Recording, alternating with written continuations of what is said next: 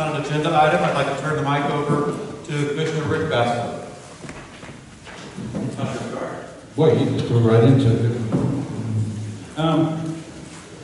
For those who haven't figured it out already, this is my last meeting. I've had an enjoyable time most of the time serving the people of the city of Lake County. And I thought long and hard about what I was going to say as I walked out the door. The first thing came to mind was rights and wrongs and talking about some things that you get attacked and you really can't say anything back when you sit here. Who would that serve? And so I took an oath 16 years ago to serve all the people of the city. I didn't just take an oath to serve the ones that agreed with me. I took the oath to serve all of them. How do I do that? You compromise. The art of compromise. You find common ground. The only way to do that is to listen. That's the only way to do it, is to listen. It may be the most difficult job any of us will ever do. To listen to someone who doesn't agree with us. And to try to find some place where we come together. If we don't do that, if we don't come together, we don't find ways to live in peace. The only alternative is war. And that's not where I want to live. So whether you sit on the dais or wish to sit on this dais, remember your responsibility is to every citizen out there. And your job is the art of compromise. Thank you all.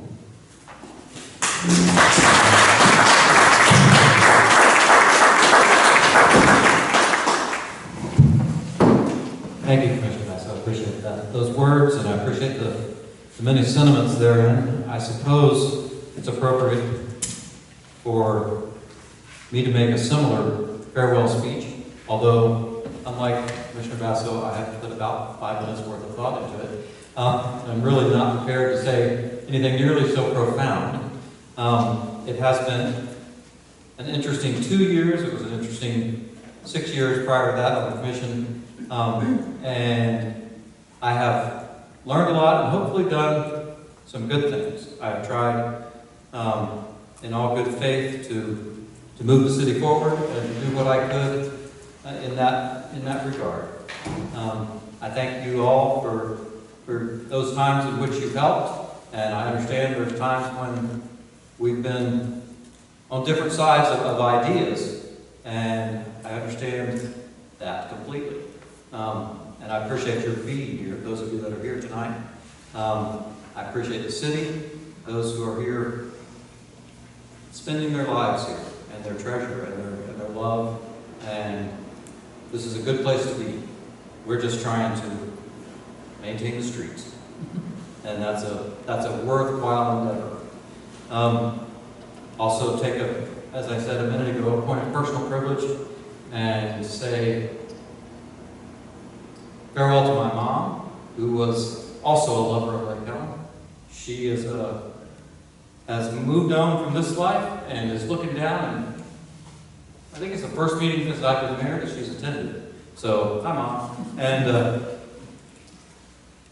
she was a great woman. She also loved us and lived here, brought me here as a child. I lived here from age 5, I believe. I've been really a part of this city since that time, and that's a long time. I'm getting older by the minute. I know, I am older.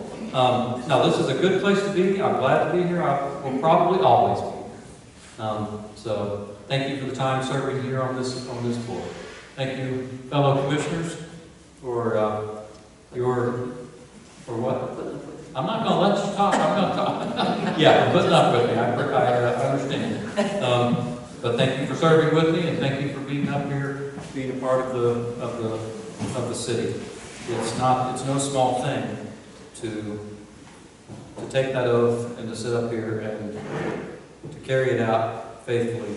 It is no small thing, and I appreciate each and every one of you. I really do. Moving forward with additions, deletions, or modifications to the agenda, do we have it? I would would like to know if we could add Nancy James donation for consideration and move the West Volusia NAACP from 13A to 9C, or under 9C, so it would be 9D and 9B.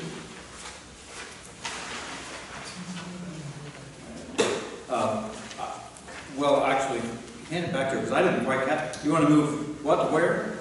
I'd like to add the Nancy James donation that was in our email. That was an email request that I saw. And you want to make it number 9? I'd like to make that 9D and then move 13A, West Volusia and NAACP, to 9B for consideration.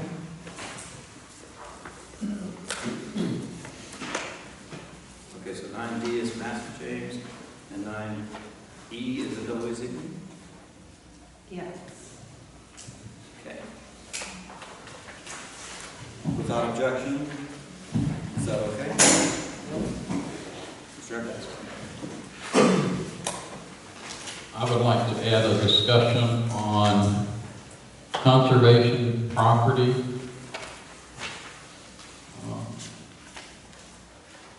Probably enough more than 9F.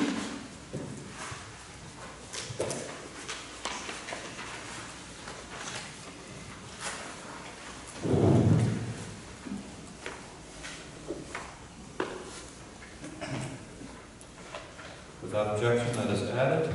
9F, conservation property. Any other additions or deletions? No, it needs to be discussed. I'm just wondering how it's better served being discussed by the new board. Or do you have something that's time sensitive? It needs to be discussed by everybody. Okay. Okay, without objection, that is added. Thank you all very much.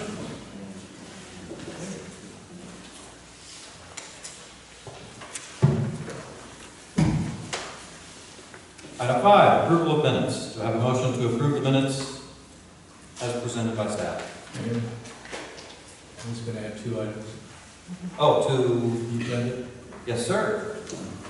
I had 3 items until Heather stole one of them. First one, under presentations, the mayor-elect has asked for time to address the commission. And also then, we would like to have, under new business, resolution 2023-09. I'll explain it at that particular time. It simply is a modification of the existing budget. It does not appropriate any money, does not spend any money. It merely makes official what we've already done. So the auditors will know what the complete budget is. That's it.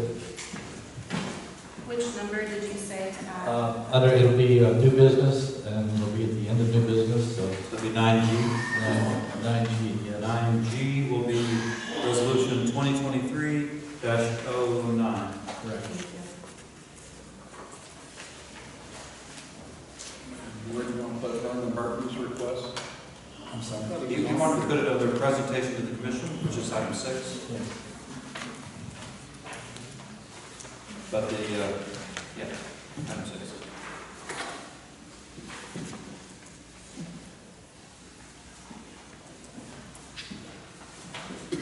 Excuse me. So back to approval of minutes. Do I have a motion to approve the minutes, or as presented, or changes that might need to be made?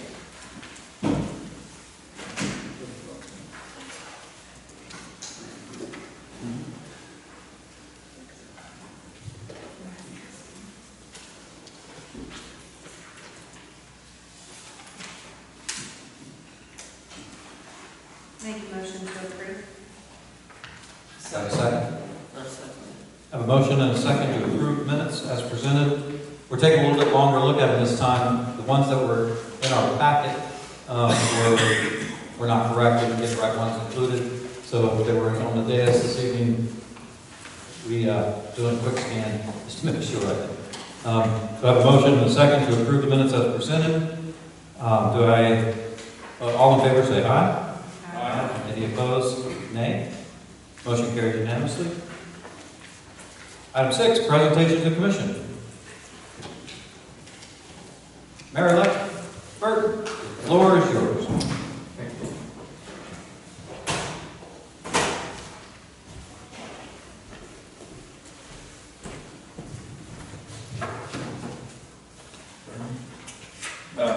Two.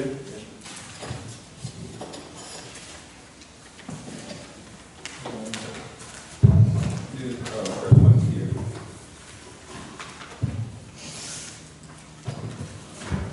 My old age discussed about coming out historically, but here it is. Bernie Burton, 690 West Ohio Avenue. I'd just like to say to both Rick Basso and Cameron Lane, I want to thank you for having the pleasure and the honor to serve with you. And there's some things that you have allowed the city to grow in and grow with, and I've grown with it, and I really appreciate it. And the fact that I'm taking on this new journey, I can't wait till I get to the seat that you're at and talking about my last day up there. Because that seems to be where we're all headed one way or another. I'll pass. The current political cycle that we're in would normally have election being next Tuesday, the 7th, and then on the 8th, you kind of recuperate from that, whatever the election turnout was, and then on next Thursday, the 9th, you would now be the mayor. This has probably been, for me, the best transition that the city's ever had. From the 23rd of August, I've been acting as mayor-elect. I wear this shirt because it's the only one I had that had my name on it. I'd just like to say what I've been doing. It has given me the opportunity to meet with some very interesting people. Skipping the list, I met with every principal in the city. Ivy Hahn principal, Volusia Pines principal, Blake Christian Academy's principal, and the newly Montessori School. I was able to do that to just introduce myself and to let them know that hopefully that in the future when we have meetings, that they would be receptive to us sending them the notifications of our meetings, because a lot of their kids are also there. Although Ivy Hahn is not there, but there are a lot of kids. We also had the opportunity to meet and fellowship with every church here in Lake Helen. Blake Memorial, St. Paul's Missionary Baptist Church, Dunn's, which is not in Lake Helen, which is the church over in Casadega, First Congregational Church, Mount Olive A&E Church, and the Mount Zion Baptist Church, as well as the United Methodist Church. The United Methodist Church has a new pastor, and I was able to meet him when we did the pumpkin patch. I helped unload the pumpkins, and I met the new pastor. The reason I was making these outreaches to these community churches is because I think a lot of, we've always had a problem with reaching out to the communities and couldn't ask for a better way to reach out to the communities, but then through the pastors. And hopefully I found that the church in front of my house, which is 130 years old, when they celebrated their anniversary, they actually had to fellowship with the church that was down in Titusville. So I thought it was a little bit strange that we had all these churches here and y'all don't really communicate among yourselves. And as it turns out, the pastor said she's been the pastor for 6 years and she hasn't spoken to one pastor. So I thought it'd be a good idea if I could either entice them to come to our meetings or let us know when let them know when our meetings are. At some point down the way is that we can either get them together and have a group meeting of the pastors. Because most of them, all of them, except Pastor Wishon does not live here, like said, like that. But they all have members, they have deacon boards, they have trustee boards, they have somebody that's in the community that we can pick up the phone. I did have the opportunity to meet with Jody Hunt from the Halifax Hospital, the new one on I-4. They gave me a tour of the hospital. I also met with Victor Ramos because he works there, as well as two other individuals who only had their first name, Tanya and Ben. I also asked them to send out and extend the invitation to this commission. But I also explained to them that we probably couldn't meet as a group, but if you could make within your schedule to get to see that facility, because I've had to use it on an emergency situation. and it's only 5 minutes away, so it's better than going to, which I would have gone to if I had known any better. I would have gone to DeLand, and that hospital is a lot closer. And so, you know, hopefully that just by the appearance and taking a walk through, they have the ability to expand. In other words, half of the building is not yet completed, but they're anticipating expansion. Everything, the hardware is all in, all we need to do is put in the infrastructure. I've also attended the Volusia County legislative delegation that was held in DeLand.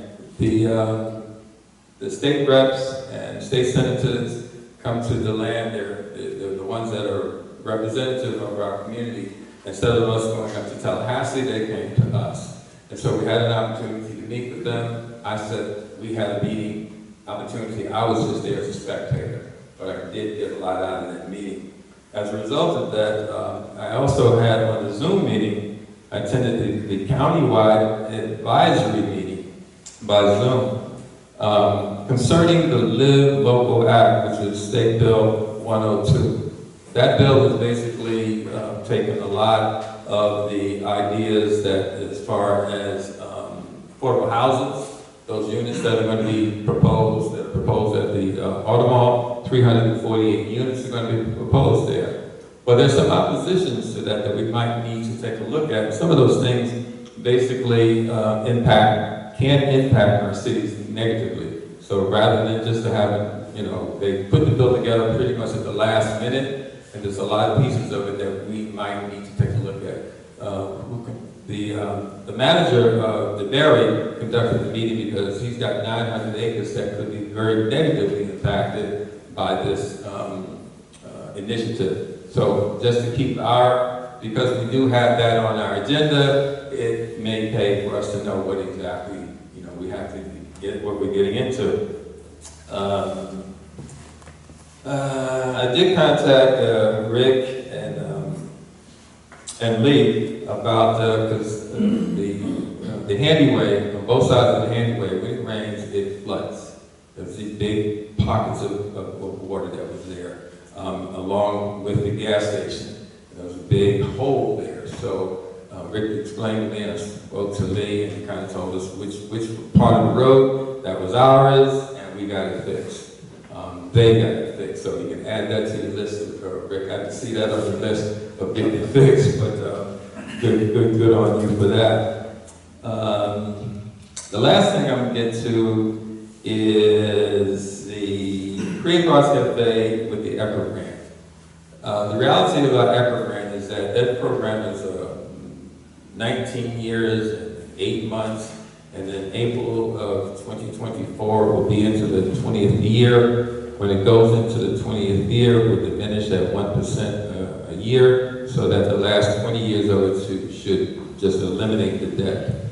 That's one way of it. The fact of the matter is that I spoke to Scott. Scott also made it plain that the contract that we have with the ECHO, some of the things we would consider to be, they consider us not to be compliant.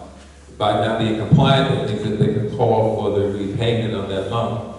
It wasn't a loan, it was $156,000 for that grant.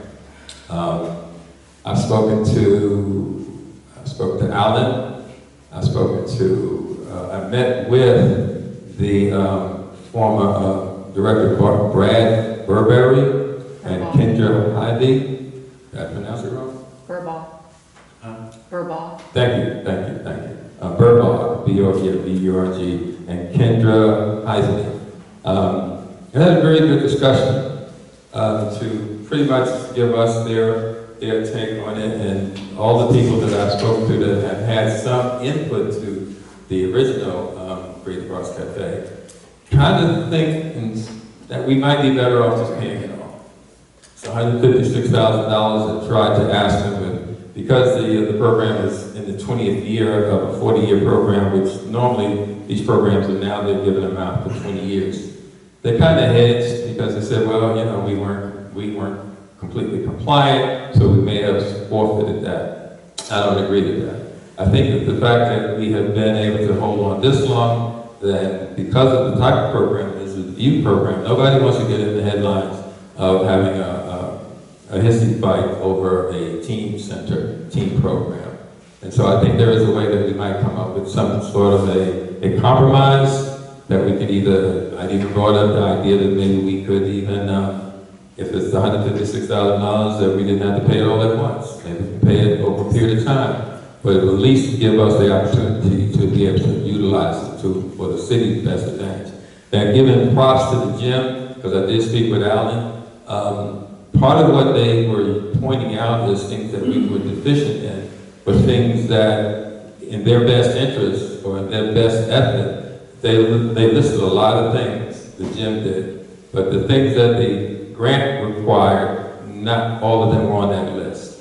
So if anybody came out to the Halloween, to the, what do you call it, the haunted house, yeah, I can't even get the words out. They had lines for days, and a lot of people, I think the last year they had over 900 people that came out to that.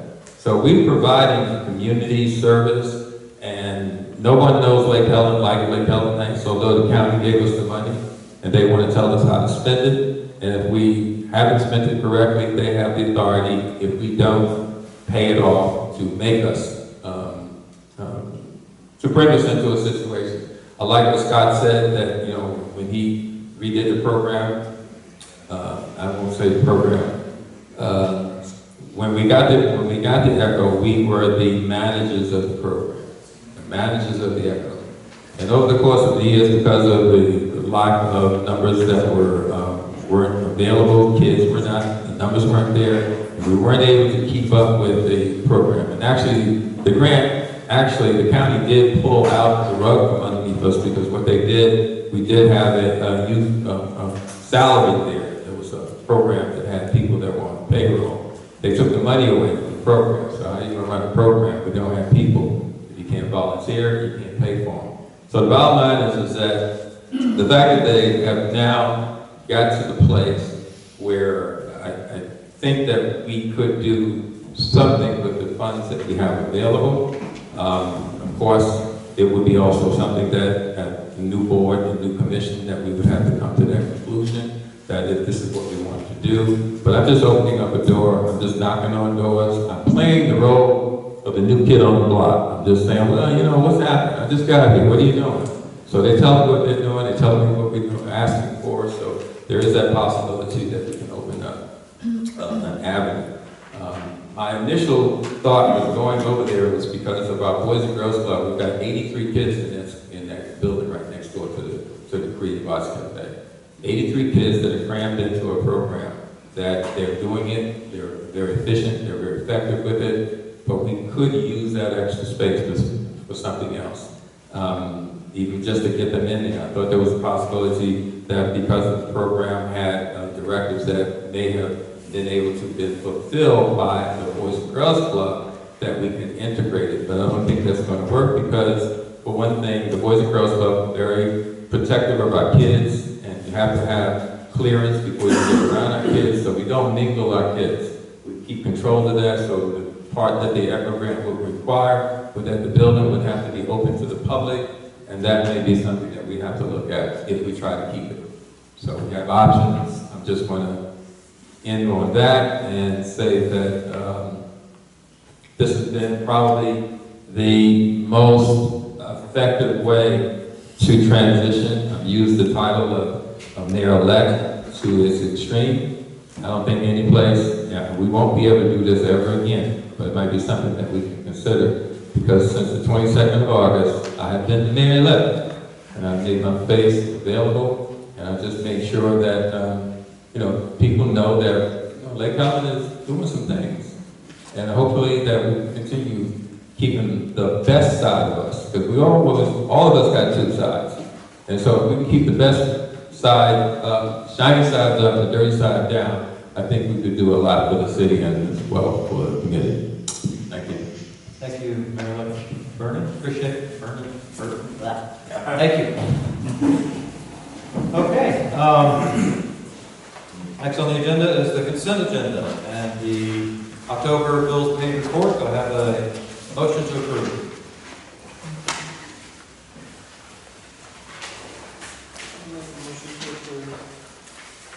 Do I have a second? I'll second. Have a motion and a second to approve the consent agenda. All in favor say aye. Aye. Any opposed, say no.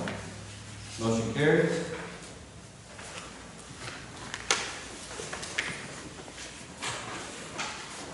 Next is old business, the cemetery.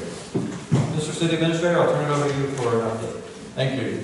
The last meeting, we discussed a proposal we received from a company in Wisconsin to come in and investigate our cemetery and our records and produce a record of who's buried where and a map that we could take going forward. After that particular meeting, Rick and I got together and we broke it into a two-step process. If you have a visual of the cemetery, there is the old section, which is the historic section.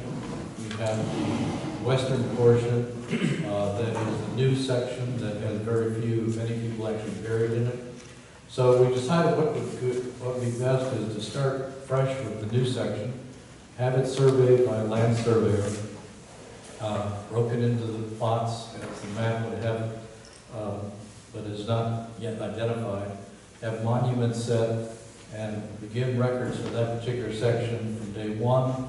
And it would be, if we keep the records up, it would be concurrent with everything that's going on. Leaving only the old section, which has been the traditional difficulty, and the records we have for that, which are just simply not reliable. We had an incident just a week ago when an individual wanted to be buried next to another individual, and our record showed that the other individual was actually buried in two separate places. And so we really couldn't tell this person where that person was. It's that kind of situation we want to avoid and correct and develop records that we can take going forward. So the service contract, which we talked about last time, if you were to approve it tonight, we would have records developed from that. Then we would take those records, we'd give it back to the land surveyor who had already done the new section, incorporate this work into that. We will have one surveyed cemetery with reliable records we could count on as to who is where and what's available and all those things that we probably should have had all along. This particular cemetery, I think I may have mentioned last time, actually started in 1880. We have Civil War veterans in the cemetery. It's very, very old. And because of that, the records are also very, very old. In some cases, non-existent. So that's the proposal we'd like to do. Incidentally, Commissioner Basso did ask that I contact the Cheryl Langford, thank you. And I played telephone tag with her the entire 3 or 4 weeks we've had since that meeting. She has done extensive traveling, and when she got back in town, I was not there. I called her back, and she'd already left. And to make a long story short, we weren't able to make contact with her.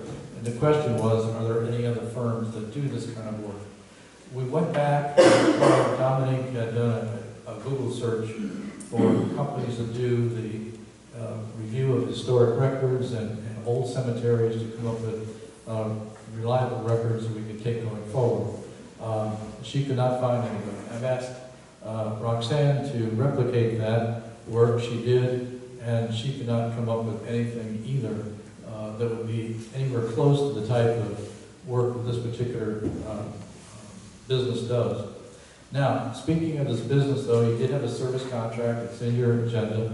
The city attorney has several questions and suggestions for changes. So if you were to approve the service contract in principle, we would ask that you do it subject to the signature of the mayor based on the approval of the city attorney, because it has to be rather significantly modified to match Florida law and a good, reliable contract that we would normally sign.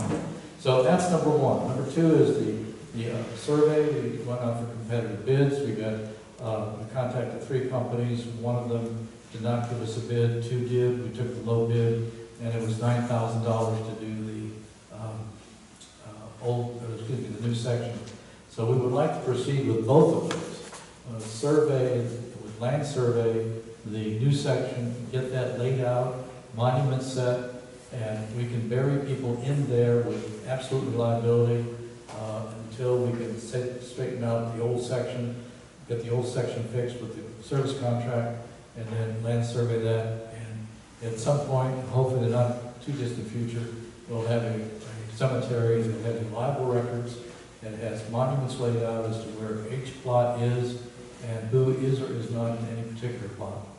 So those are the two things we would ask you to consider this evening. One is the service contract, subject to the city attorney's reworking of it, and the accepting $9,000 proposal from, I can't remember the name of the firm.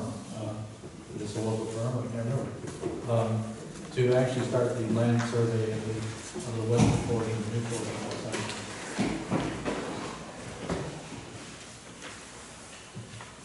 Do you want two separate motions? It's however. Can I interject for a second? Sure. Come and vote if you would, sir. We did have the one bid for 9,000, but remember Lee, we had Blackwell came in at 5,400. So it's 5,400 for Blackwell Associates. I knew it was a little bit, but I Yeah. didn't realize that. Yeah. So they'll be starting, you already approved it, you approved it, so they'll be starting November 12th to start doing the survey. It'll be marked out exactly like we want, for monuments. Okay, good. And then when you get done with that, if he gets the records done, I think we survey the other part and then see where everything's at. We'll have a full, really good map of everything in the cemetery. So I'll ask for a motion to approve the hire of Blackwell Associates to do the survey of the new portion of the cemetery. Did we have that motion? No, we requested them to go out and find. Bids. I thought we'd ask for bids, and now we've got I'll them. make a motion, we approve the contract with Blackwell Industries. Have a motion by Commissioner Eckert, a second from Commissioner Bishop to approve the contract with Blackwell and Associates to survey the new portion of the cemetery and give us good permanent markers and give us a way to move forward in that section and have a way to conduct business again, if you will. Any further discussion? Only one question, and it's tangential, but are we charging a fair market rate for the lots that we have there, or does that need to be a discussion item for further commission? That's a great question. Most cemeteries, particularly private cemeteries, would establish a reserve fund for the maintenance of the cemetery. And a portion of the money, if not all of the money, would go into the maintenance of the grounds and therefore keep it from being an obligation of the general fund. To the best of my knowledge, it's never been done. The money now for the plots that are sold, which is fairly modest, simply goes in the general fund. There's no separate accounting for it. It would be absolutely perfect if we could establish a fund for the cemetery, use the existing amounts after we establish a budget to pay for the maintenance of the cemetery in future years. That's the way it really should be done, and should have been done all along. If nobody minds, Lee, you can prepare something for the next board meeting so it can be discussed and sent out like that. That would be not this coming November meeting, because that's going to be largely ceremonial, but Be December in 14th. December. Yes. Yes, sir. Mayor, I just wanted to bring up about the people that own in the old section and have different plots and stuff like that. So we're still going to be able to utilize them and figure out if they have somebody in family next to them or something that's, Yes. you know what I'm saying. I just want to make sure they're covered. Oh, everybody who has a lot now in a plot in the old section, the idea is we want to identify what plot they own, whether it's used or not used, who's next to them. Some people bought entire families, and then they went ahead and buried members of the family without telling us who those family members were. I was just going to say, I know that. Yeah, so it's, anyway, but yes, Nobody will be taken, no property will be taken away from anybody, so we want to identify what we've done in the past, so we have records going forward. So we have problems, they can review it and find out Exactly. what's going on. That's all I wanted to bring up.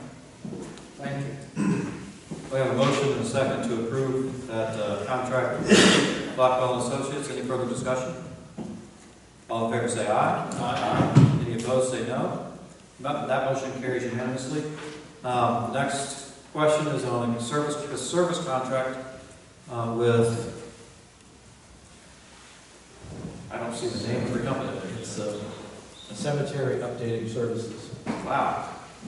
Yeah, that's the only place where their name is in parentheses at the bottom. Okay.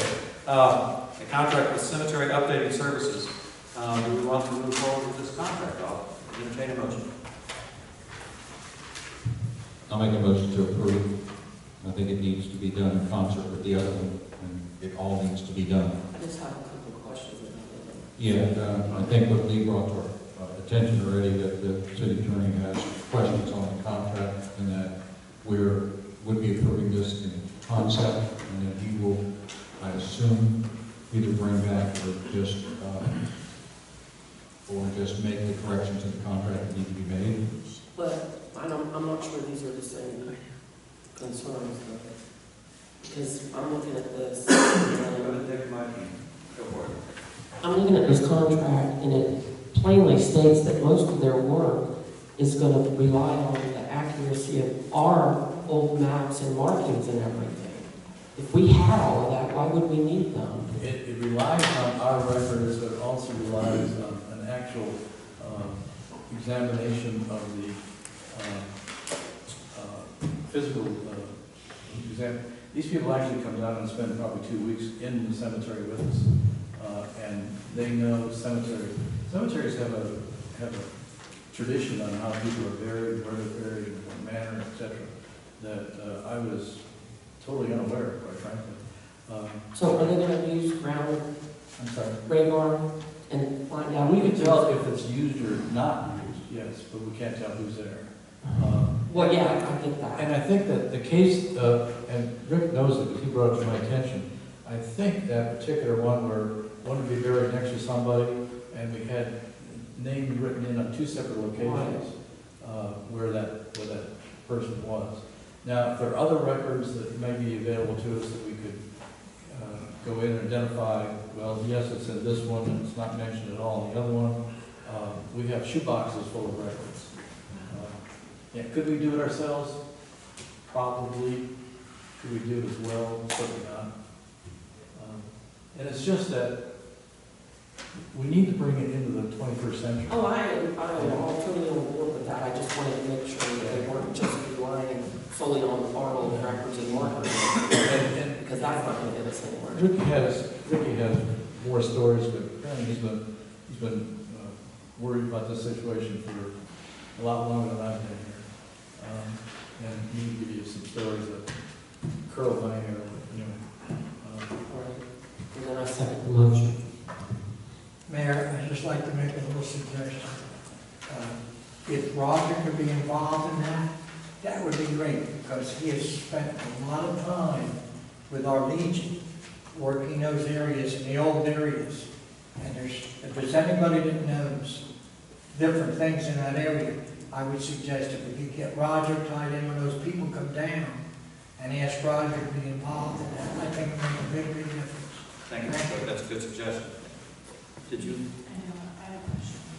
So, Lee, I have a question about what you said earlier about there being significant changes to this contract, and I'm not understanding the parameters of that. I don't feel comfortable moving forward until we kind of outline what those changes look like. I could let the city attorney talk, but basically they're legal structural changes.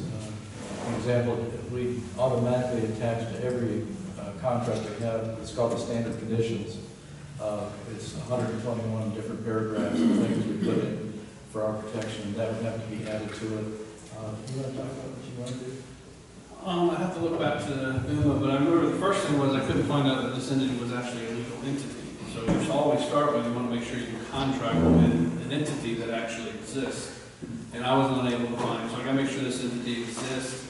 I wanted to make sure Florida law applies, venues down here if we have a dispute. My recollection was I was not comfortable with the scope of services, so I could sit there and say, what exactly are they doing for us and what are our obligations? So I'm trying to see if I can find an email if I did. And we can always bring it back for approval after I rewrite it with them, because I may send them a contract and they say, no, we're not agreeing with that. So we won't have a contract. And if it's not a legal entity, I'm gonna say, guys, you gotta create some form of a legal entity here before, because we got a contract with a legal entity, whether it's a corporation, an LLC, or it's a fictitious name.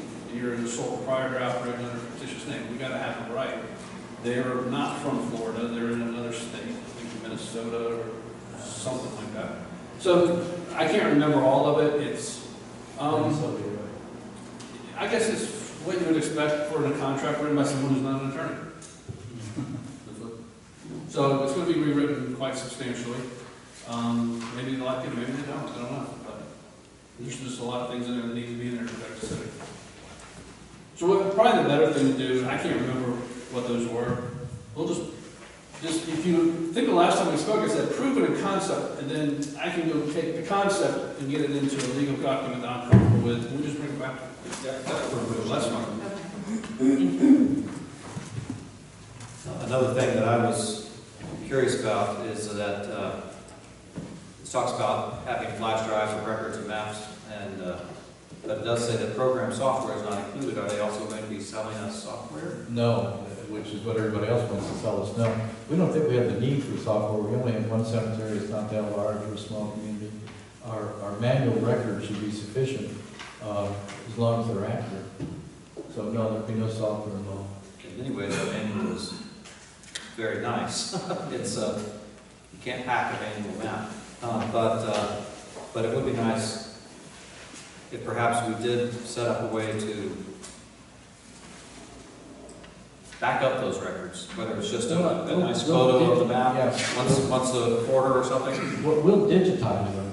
Okay. They should be able to send us a PDF format. Yeah. So we'll have records digitized on the computer, but it won't be software. You know, you just press it up, this pops up and that pops up and everything. But we'll have the records so we can research them. Yes. I have one more question, sorry, I forgot to ask. I think we spoke last about the completed project being delivered after, clear check. And that's also concerning to me. I'd like to, make sure that we receive we can review it before we this line here on item G in bold print. The completed project will be delivered after received payment by clear check, electronic funds, etc. I think that was one of the comments. That was Okay. the city attorney's comments. Okay, so we're already working on that. We're aware of that. I thought so, but I just wanted to make sure we're bringing that back for discussion. Thank you. My view is basically, this is the contract they submitted, you wouldn't sign. Wouldn't let you sign. Conceptually, do you like the idea? If you do, give us direction, I will prepare a contract, and hopefully we can come that both parties mutually agree to, and we'll bring it back. So really what you're approving here is a concept, not the agreement. This needs to be rewritten. Would you like to restate the motion? Well, I thought my motion was to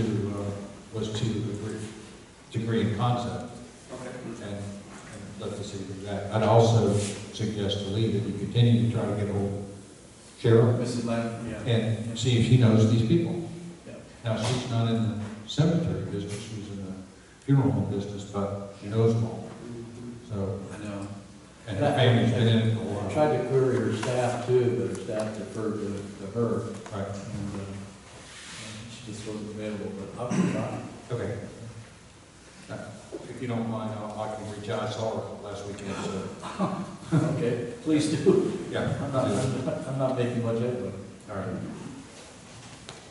Okay, so I have a motion and a second to approve the moving forward in concept towards a contract and agreement with cemetery updating services.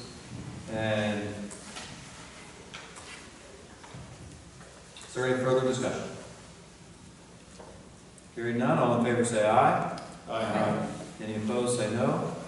Motion carries unanimously. I think you've got enough information to go on as far as our thoughts. We've got a good ways to go. This is a full day.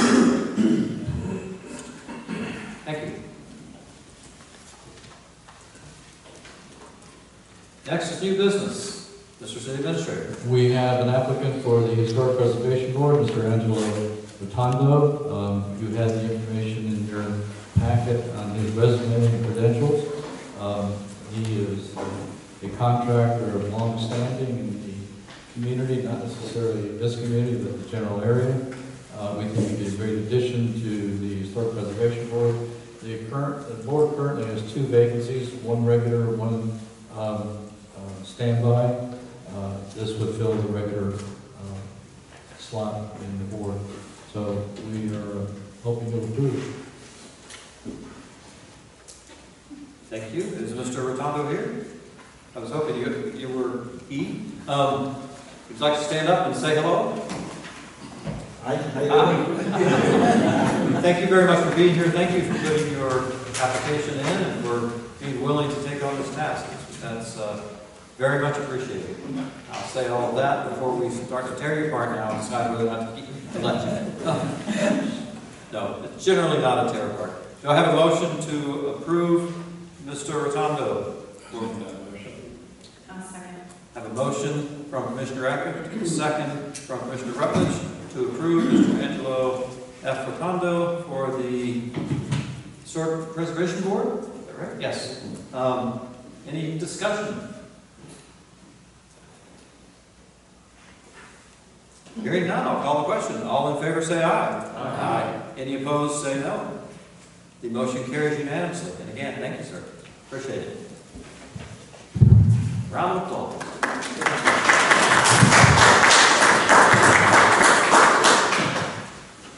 We genuinely appreciate it. The boards make this city work in so many ways. And it's no small thing to be willing to step up. I know you know that. So thank you. Next is the item 9B.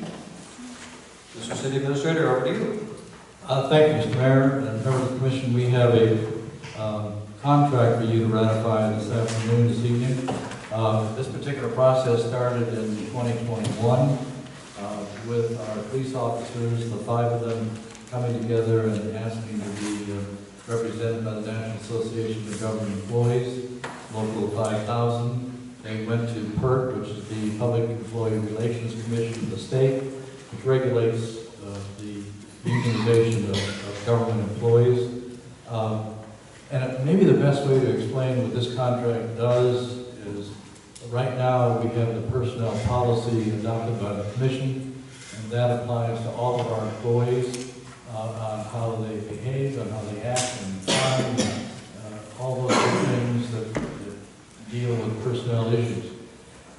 This particular contract would replace that for these particular 5 individuals.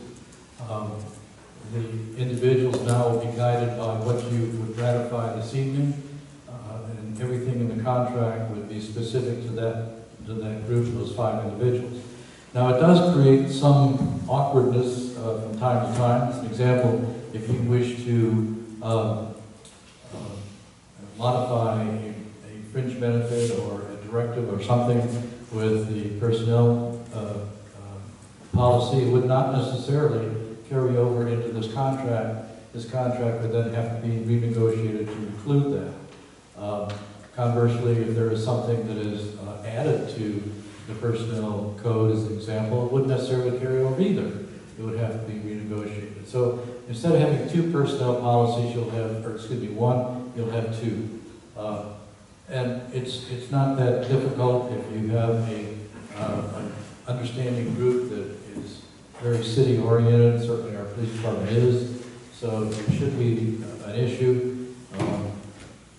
We did spend, as you would guess just from the time frame, almost 2 years discussing this particular document. At the suggestion of the city attorney, we did bring in special legal counsel, labor counsel, who does nothing but labor law, which is entirely by itself and a world by itself.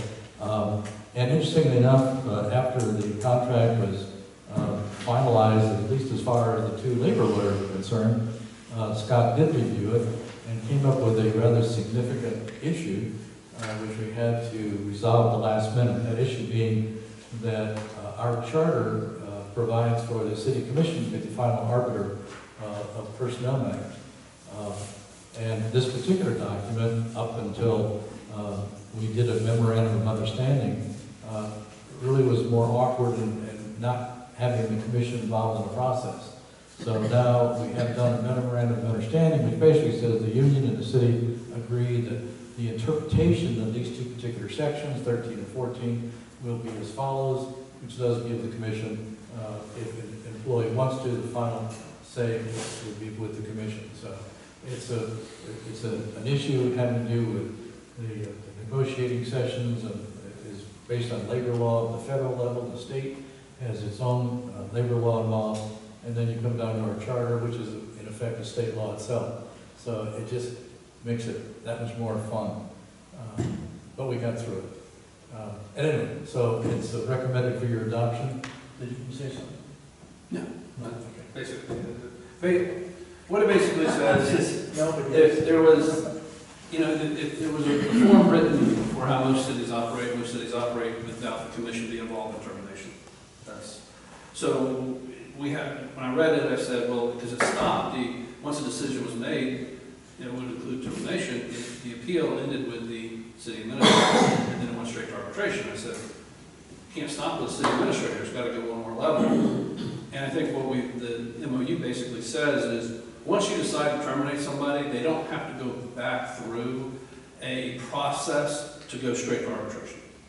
Once you terminate somebody, other decisions different, but that's made administratively. But the decision to terminate from the employee from that decision can then go straight to arbitration. And normally, when somebody gets terminated as part of the discipline, it goes back through the union contract appeal process before you go to arbitration.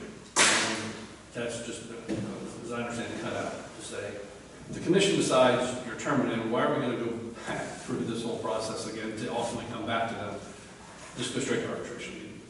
Get on with it. That's basically the only change. Thank you, gentlemen.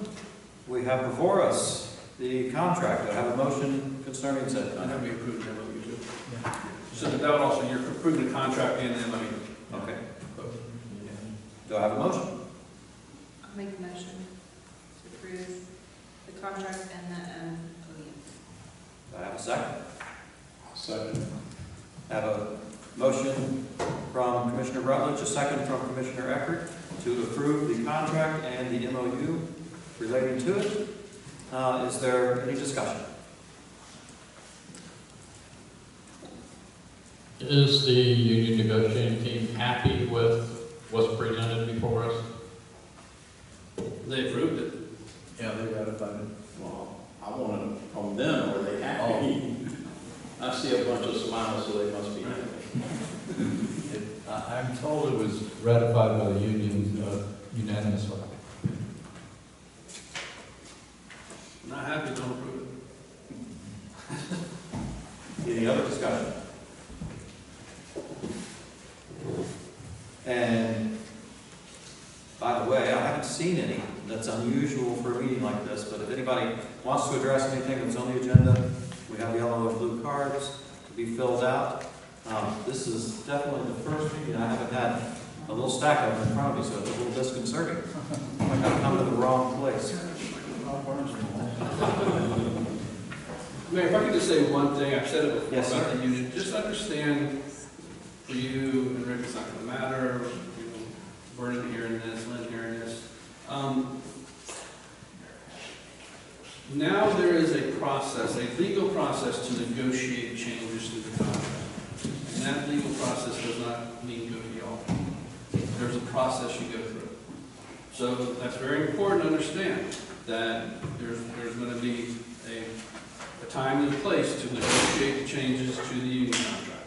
And so that kind of takes y'all out of that process. You'll meet with your negotiator, and you'll come up with, what their requests are, maybe explain that, what the response is gonna be, you kind of went through that process. I just caution you, do not negotiate the contract with the police officers outside the collective bargaining process.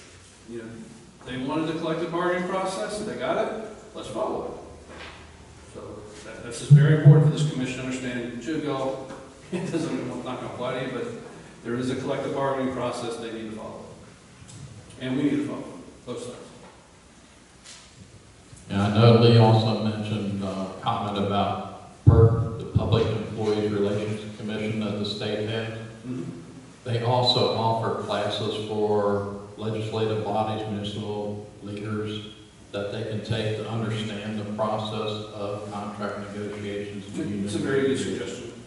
And I believe they still have a annual conference, and I'm not sure where it is next year. I think this past year it was in Miami, that everybody can go to, and they have classes in that on negotiations and the processes and the legal aspects and everything else. So Yeah, that's available to us too. Yeah, that would be a very good idea. And mainly the reason I mention this is something new the city's never had, to my knowledge, that you've never had a union.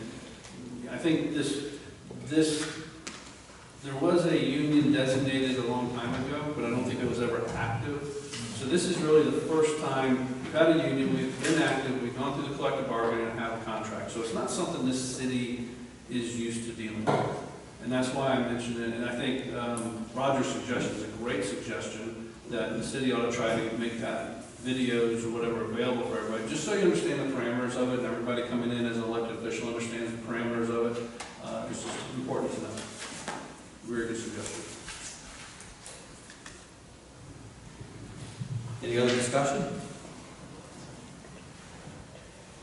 I will throw in my 2 cents worth.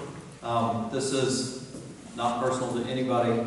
This is more my personal experience in business, that the union is basically a codification of a failure to work together in many ways. And that may be exactly what it is. That's the history that brought it forward. And I think that's a shame.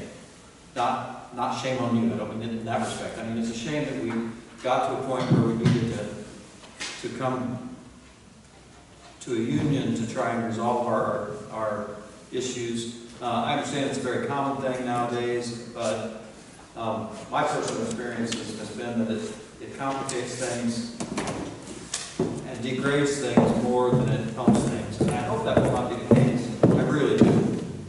Again, it doesn't take away anything from any of you guys, anybody in the force at all. We have a great force. I appreciate you. I hope this works well for us in the future.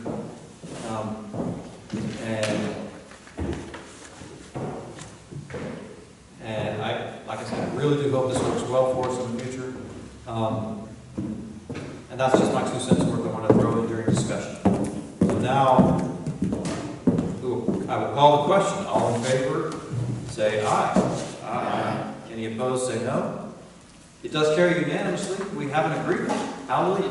That's a long time coming. If you'd like to come up, Officer, please do. Just a quick thing, just to clarify that the union thing, because some people I think don't understand it. We started the union due to previous people involved. That bypass went away. There was agreement amongst the 507 time that they wished to keep it, not to fight the city. It was never our intention. Majority of our contract is policies of the city. But they wanted to keep the legal standpoint behind us, that if we were to shoot somebody, or somebody made a complaint against us, that they have that legal representation to just step in and say, we'll fight for you. So, majority that's the reason why we've kept it, decided to keep the union and stick with having the union there. And that is one aspect that I'm sure will actually bring a lot of good resources to bear, should they ever become necessary. That's what I heard early on when they started it. I believe the chief told me, said, why they unionized, and it was at the time where you had all those riots and all this stuff going on in our society, and they just wanted to make sure that they had that legal protection if they got accused of doing something. And moving forward, that I can see that type of atmosphere returning. You know, we're one gunshot away anywhere in this nation from that exact same atmosphere coming forward again. I will say wholeheartedly that the process, as long as it's been going on, as long as I've been there, this negotiation for this, and your police force, City, has been very honorable and straightforward in working through this. We've had multiple meetings, and it's gone as smoothly as any negotiating process I've ever seen. It's been very nice, nicely done, well done by y'all. I appreciate it. I think all parties involved, we came to a good agreement in the end, I agree. and I think we're all glad it's over. Yeah, no doubt. Thank you. Thank you.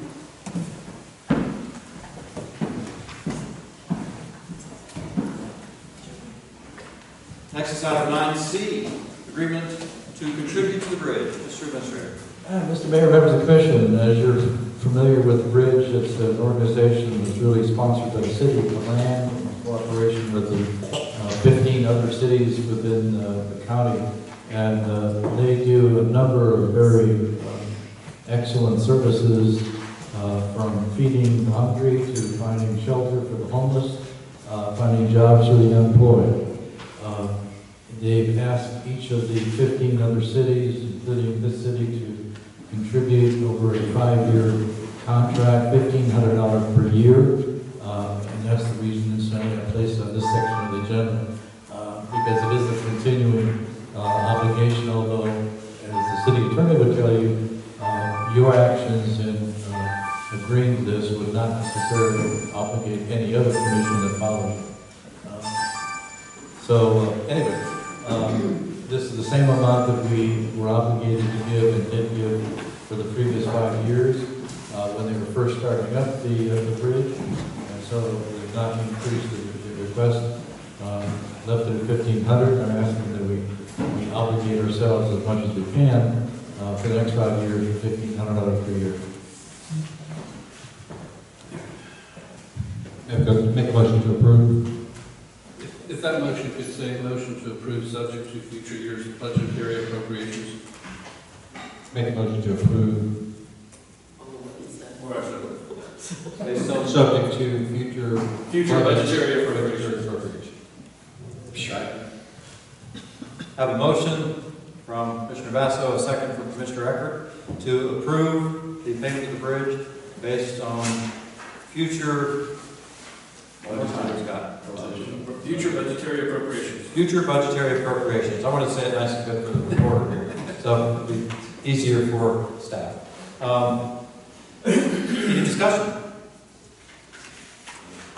Yeah, it is kind of a no-brainer. We've been doing this for years now.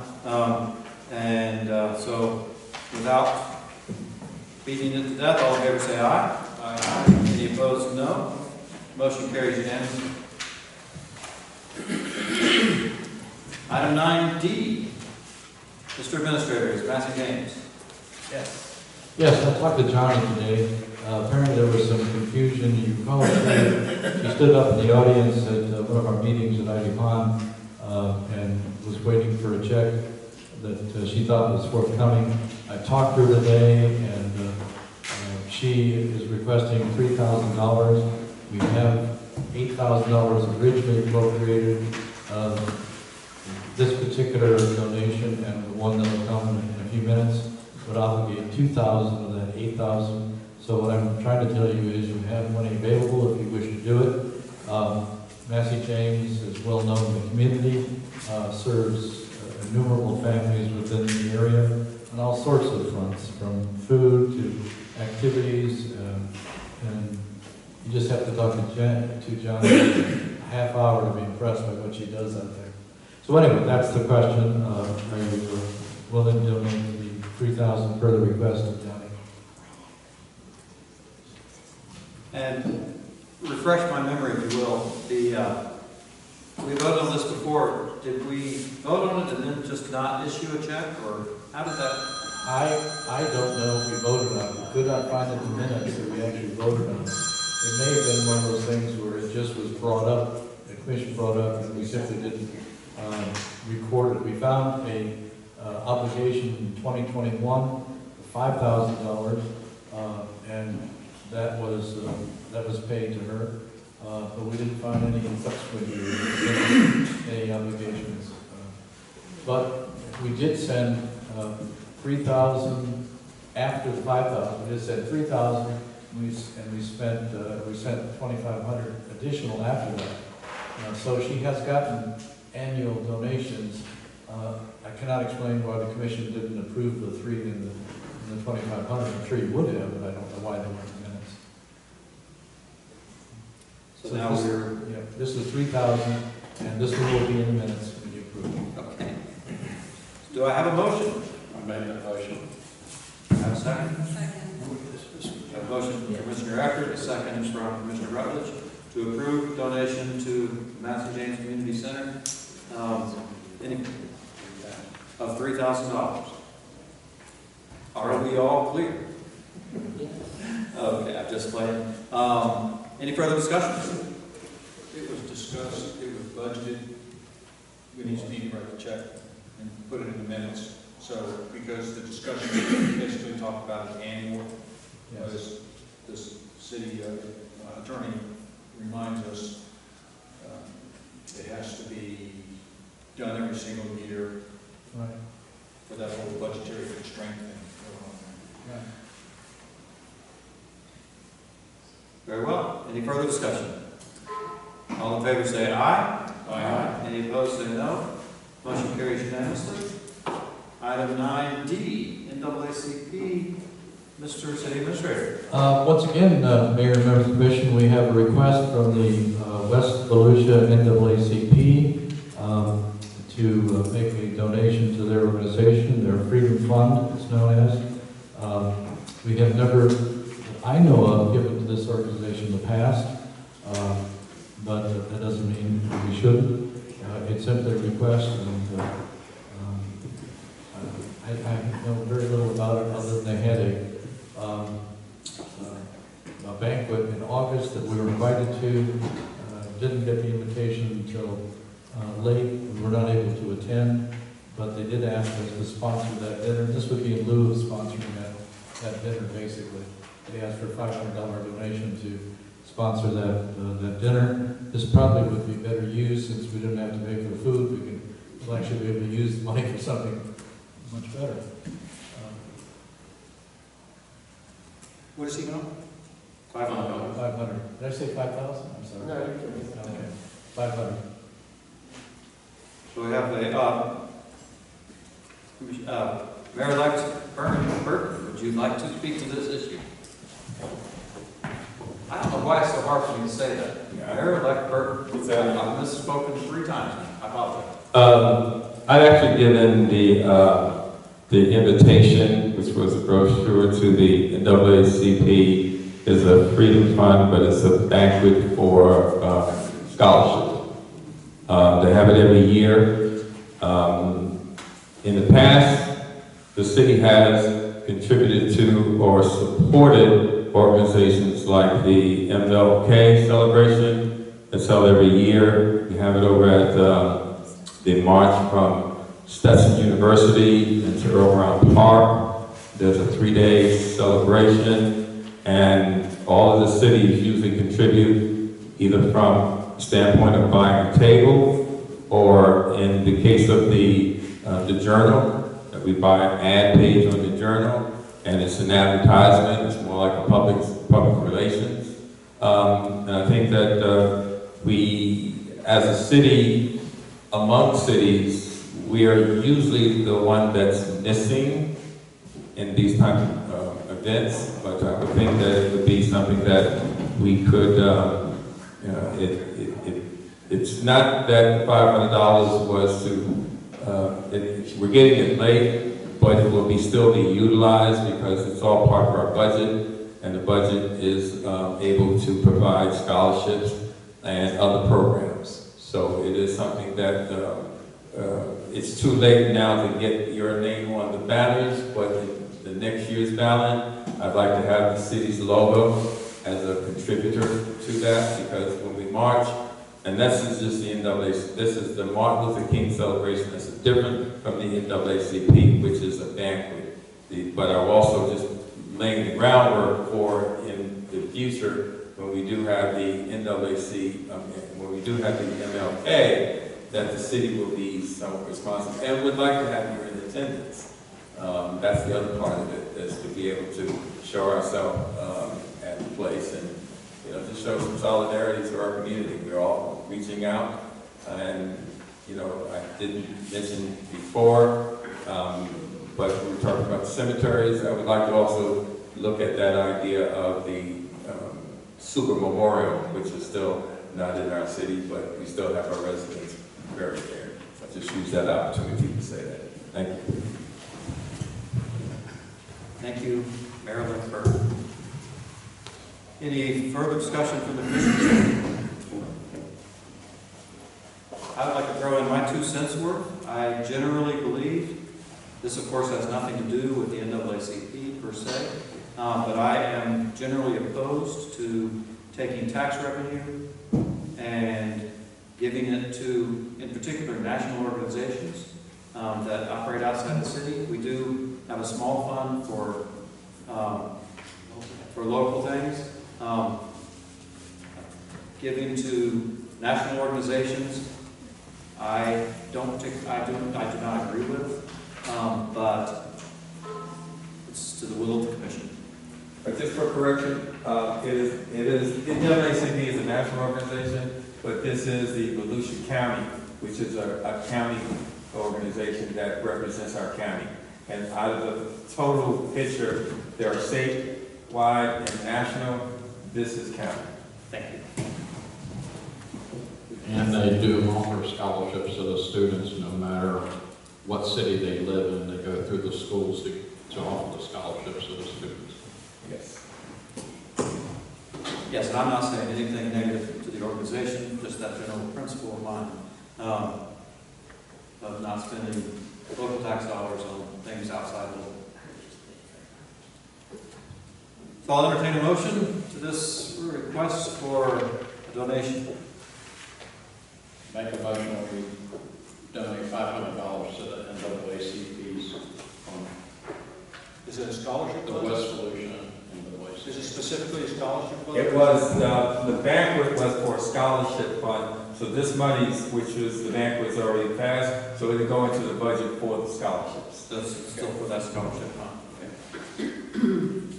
Do I have a second? I'll second. We have a motion from Commissioner Eckert, a second from Commissioner Basso, to approve a $500 expenditure to the NAACP Freedom Fund, the local scholarship fund. Any further discussion? Hearing none, I'll call the question. All in favor say aye. Aye. Any opposed say no. Motion carries 4-1 with the mayor voting no. To your point, Mayor, I think you're absolutely correct. In general, when we budget that money, we're looking to fund organizations that are in the city of Lake County. I don't think we have enough money in Lake County to fund local, county, state, national. So at some point, you have to draw a line. I think drawing it at the city is not a bad idea.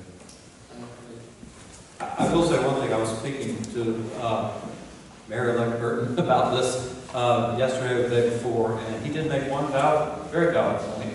That is, and he mentioned it when he was speaking a few moments ago, that we do end up on banners and programs and things like that. So from a marketing standpoint, if you will, marketing the city, there is some legitimate merit to that. There really is. So I just want to bring that point forward as well, that I do understand that. And moving forward, it'll be up to the will of the next commission. Item 9F. Commissioner Eckert, this is yours, conservation property. I was reviewing through some of the property that the city owns in a stream and swamp area on the west side of the city. Our 2035 comp plan has property designated as conservation areas without any other protections for those areas. Many of the areas are privately owned parcels. Some of these areas are along the stream in the west side of Lake Allen.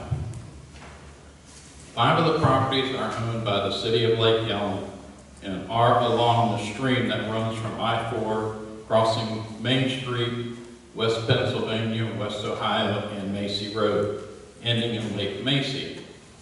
The property IDs, and I got them listed here, the last digits are 1620011, 1630014, 2170010, 2160010, and 2160030.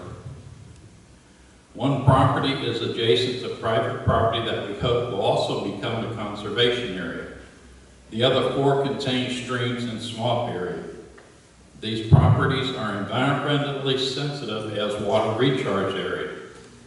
Even with the properties being located in the comp plan conservation area, the properties are currently zoned as SFR3 and SFRRE and have a land use of RR and SFLD. These designations do not protect the properties from development. Changing them to a zone of CNR in the use of PC would add some protections to the properties. Our ordinance has a protective designation in section 2.15.00. It's a CNR zoning for conservation areas.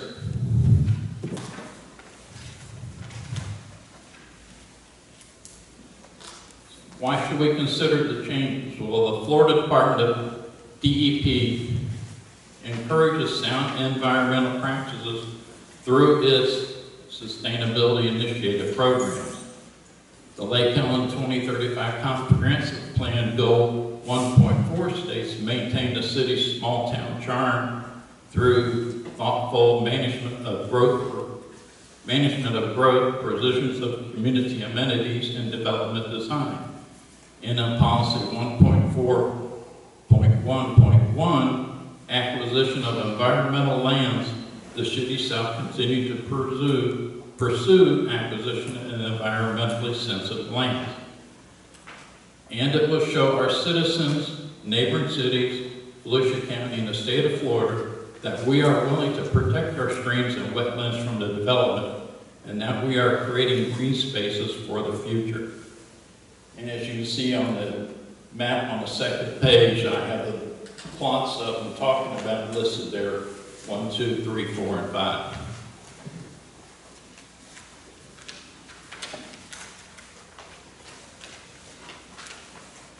Robbie, what action would you like us to take? I would like for the city to change the zoning of the 5 noted properties to be changed from SFR3 and SFRRE to CNR and change the land use to PC. I would like, I'm in favor of conservation, period. I would like the city attorney to take an opportunity to see if there are any negative effects that may affect a private property owner who is adjacent to this. Because what we don't want to do is put ourselves in a situation where we're susceptible to lawsuits. So there's a number of areas already designated that are privately owned that are in the conservation area. And my hopes are, and with my talks with some of the conservation people in the county, that by designating these lands this way, it will encourage the other property owners to designate their areas as conservation areas. I concur, and I think it's a great idea. And it would give them a tax benefit also. Yeah, I concur, and I think it's a great idea, but I don't want to set ourselves up for a lawsuit. So I'd like the attorney to look into it and make sure that if there isn't a scenario where something in our zoning says if you're adjacent to a conservation, you cannot do X. And now we've taken that away from them by our action. So I think if we put this on next month's agenda and give the city attorney an opportunity to look into it, I think it's a great idea. I would add the city planner to that as well. They might have some knowledge there as to Roger, what you're talking about is the city changing the land use and zoning of property the city owns. Yes. Right. Yes, we still have to go through the PLDRC, Right. get a recommendation and bring it back here. But I can check. I would have much more concern if we were changing someone else's private property to that. Yeah. That would strike a concern with me, but I'll look to make sure there's nothing about adjacency or any other impact, and talking to the planner would be a good idea as well, but I have much less concern if we're talking about just changing property that we own. So I like where you're going.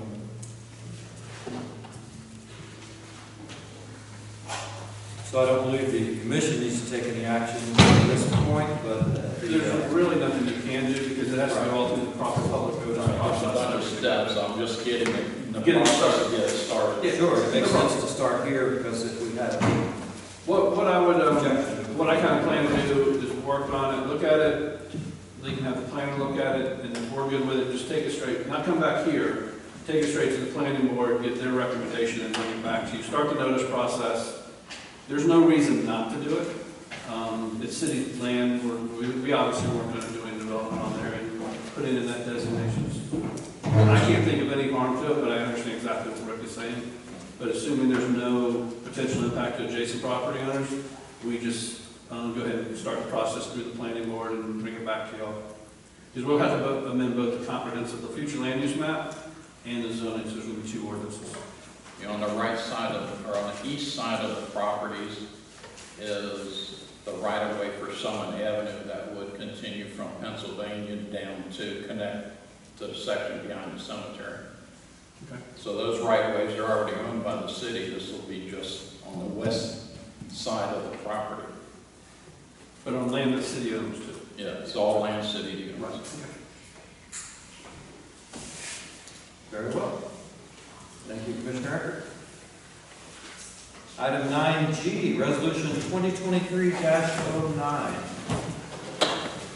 Mayor, members of the commission, the finance director at 3:30 this afternoon presented us with a resolution that needed to be adopted on at least by the end of November. Of course, this is the only working meeting other than our ceremonial meeting on the 16th, and by general consensus, we want to keep that free of work, so to speak, and just let it be a ceremonial occasion.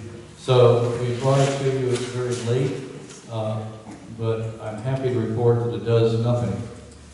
It is a resolution that merely amends our budget to reflect what you have already approved for 2 things.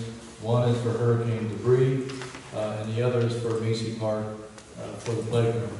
But this would incorporate those 2 expenditures into the original budget, so the auditor then can take one document and have a complete budget.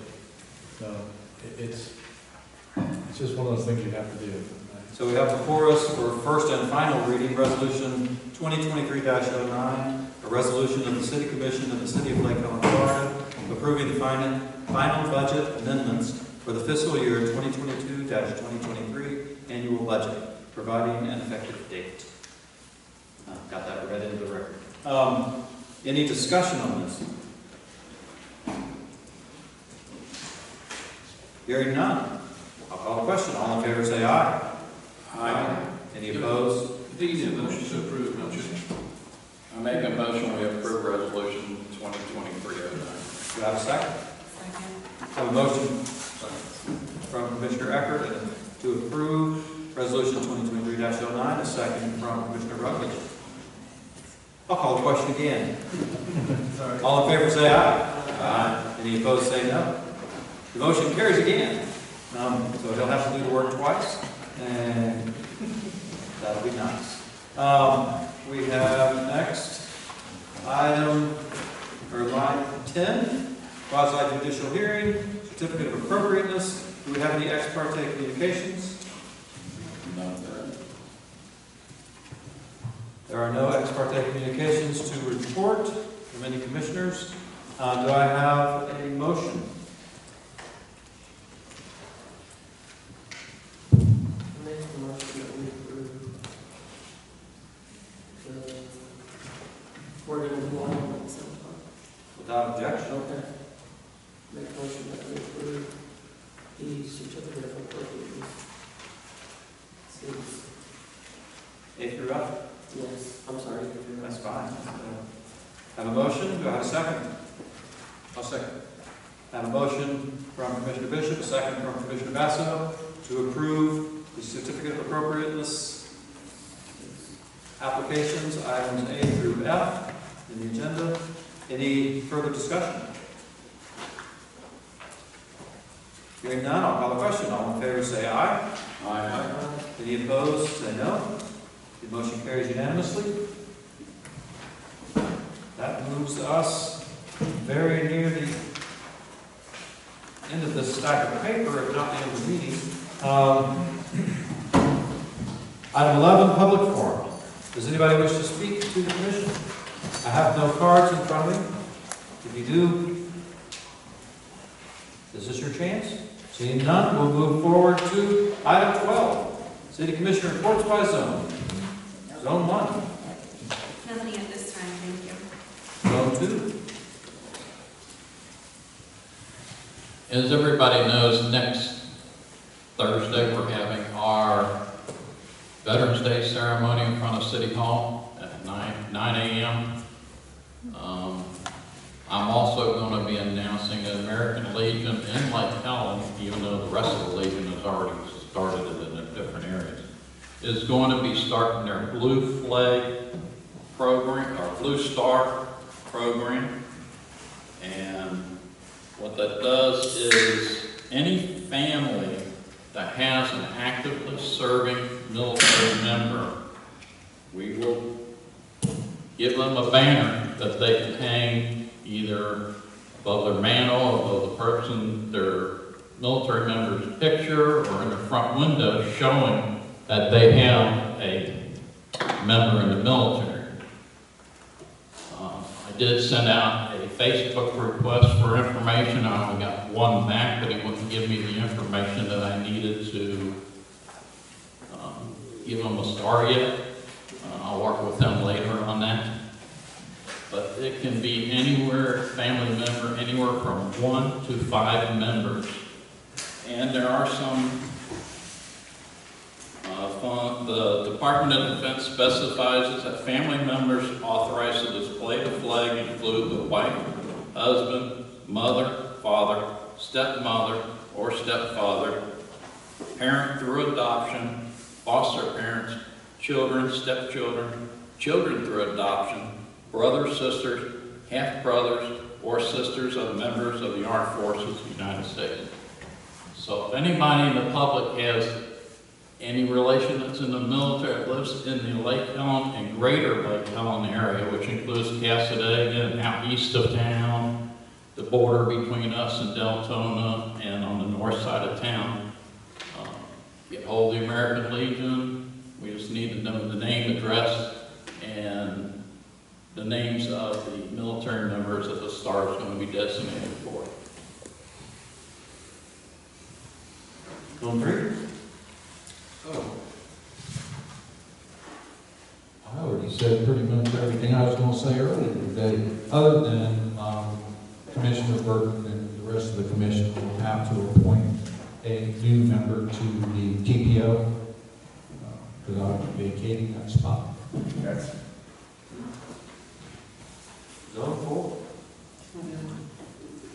And I'm good also. That moves us to City Administrator reports. Mayor, members of the commission, we have just an information item on the Volusia County League of Cities monthly meeting. In the interest of transparency, I wanted the commission to know that there would be a cost to the city for this particular activity. We have not been host to this meeting since 2019, so traditionally we would be up for hosting it on a rotational basis every 18 months, and it's been almost 4 years now since we've been the host. We are planning the meeting January 25th, I believe. Yes. And there is a cost, as I indicated, for the situation. But I just wanted you, for the interest of transparency, to know that we're proceeding, and there's really no need to vote on it. We're proceeding again. The next item is adoption of new rates for the LPG planning consultants. Whoops. Back it in. Oh, I'm sorry. It's quite all right, and I don't mean To interrupt you, but there's a city expense that's up to $7,000. Is that entertaining corporate sponsors? Because almost every one of these events I've ever been to, each city wants a corporate sponsor. The executive director of Volusia County has volunteered to help us get corporate sponsors, and that would be off of this number. So this is the maximum if there's no sponsors. And so it would be less with sponsors. I just wanted you to know so that there's no sticker shock afterward that we have no sponsors. Seeing how I'm not going to be on the board, you can reach out to me as a corporate sponsor. Okay. All right. You can't reach out to me, but I'm looking forward to lots of donations, and maybe we'll make a fortune on this. We'll do it every time. Back to you, sir. Okay, thank you. The city has had a contract with LPG planning consultants. If you've been in my office, and you all have, you've noticed all the maps that I have there that we refer to on occasion for historic districts, gateway districts, zoning, all those good things. Those are all produced in 2018 by the firm LPG. They were our planning consultants at that point. The contract with them remains active from that time. It's a continually renewable. Although we have asked them for updated fees, which they provided to us. They're not dramatically different. And the reason I'm asking you to adopt the new fee structure for the existing contract is we have recently gotten into more and more complex land development situations. And we have been able to handle the single family, the duplex without any concern. But the things like the auto mall, that really stretched us. Fortunately, Scott did a lot of that when they were for us, but that stretched us to the limits. It really didn't involve our in-house staff because it was way beyond our capacity. But that item is on the back burner, as you know now. But we have other subdivisions that are coming up, Pravat, Ohio, Pravat, and further on down to the north. We have other suggestions of developments coming up on Maine and Picklighter and the like. These all have to follow a very detailed, prescribed process, starting with initial meetings, secondary meetings, and PLDRCs, and all those good things. We really need somebody to guide us through that process so we don't stub our toe in a public manner. And we came very close recently to doing that, and we don't want to do that again. So this reason it's on the agenda is to ask that you adopt the new rates so we can begin using this particular firm when we have a complex situation. This is not something I would anticipate using every day or even every month. Probably we use twice a year. But when we do use them, it'll be for a large development process. And the best part, I should save it for last, I forgot it. The best part is that we do charge developers for the consulting fees that we have to expend. And so while they will be, we'll be expending funds, we get reimbursed from the developer. So it's a wash for us financially, and I think it's certainly something that we need in terms of staff ability. So that's my recommendation.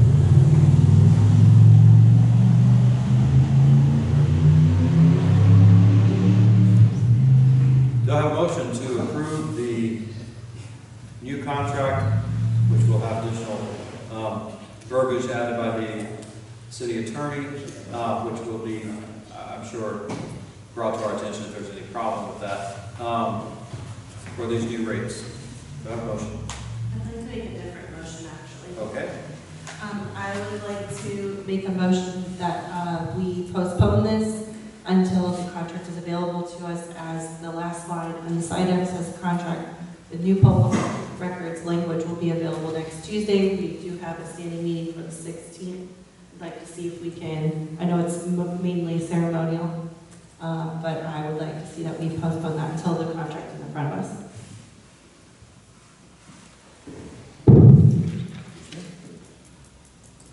If I could just add, the language that Commissioner Rutledge is talking about is not something that would be created by us. It is actually dictated to us by the state legislature. We have to have this exact wording and exact font size. It's one of those things you just have to live with when they dictate to you how you run your business, and they're doing it in this particular case. That particular law requiring that came about before our original contract was adopted. I'm sorry, after, yes. So it wasn't included in the original one. So we have to add to it, but it would be no different than language in any one of our other contracts. It's just something we have to add to it. And the rates you have. So anyway, it's up to the commission first. But Is this a pressing matter? We have, yes. You can't wait 2 weeks? It's more than that, we would, because I'd rather not have this on that agenda. Yeah, it's not we have people waiting in the wings to develop things, and we need to start processing these things. And they've been very patient, but So keep saying, you know. it should have already been done. Yeah, that's right. And what I noticed is that the rates are not much different than it was the last time, and this basically is the contract. Are you legal, are you in agreement that the contract that we're going to see is not really going to be substantially different than what we're looking at? The only change that I saw, this is the contract we have, and we just need, it automatically renewed, but we weren't using it, so now that it's coming up to reactivate it, it's really not a new contract, we're just saying we're going to activate a contract that keeps renewing. There is statutory language that needs to be in there that's required by law, like we said. I would expect you've already seen the statutory language in contracts that we've done, any service, this is for services, that has been added in. And it just requires them to do certain things under the public records law. It's just a requirement under state law.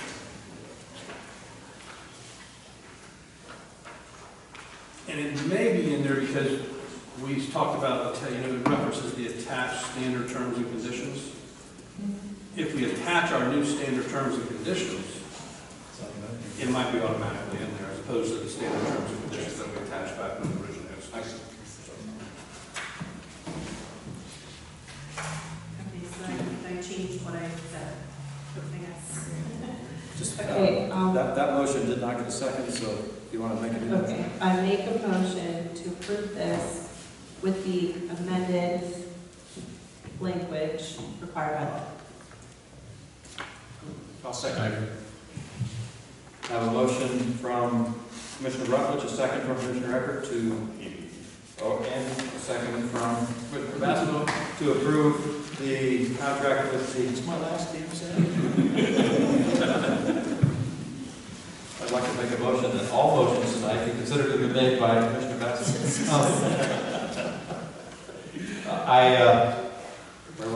That we'd approve this contract as presented with the new language and these new rates.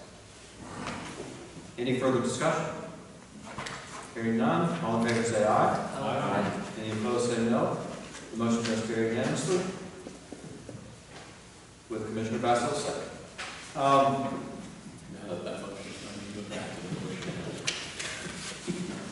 We have, any further report from the city administrator? And not a report, just a reminder that the commission needs to deal with the issue of my retirement and the selection of new city administrator. The apparent time of selection of that individual versus my leaving is going to be 1 day, and it defeats the whole idea of any sort of an overlap.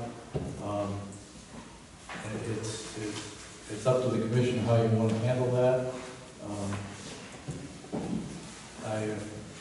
I stayed for I don't know how many months now to be able to have the overlap, and the overlap isn't there yet, and probably won't be there until January 1st. The way I know these things, how they happen, you'll make a selection on the 14th of December. I leave on the 15th. Scott has to negotiate a contract, we need to approve a contract. If they're already employed, they're not going to notify their current employer until they have the contract approved. And then usually you get a 2-week notice, and that, at that point, you're probably into the first week of January. So if there's going to be any overlap, it would be from the first week of January on, however long you think that would be appropriate. And I know it's late in the meeting, but I think we really, and I say we, somebody needs to think about it very carefully. You cannot leave the position vacant.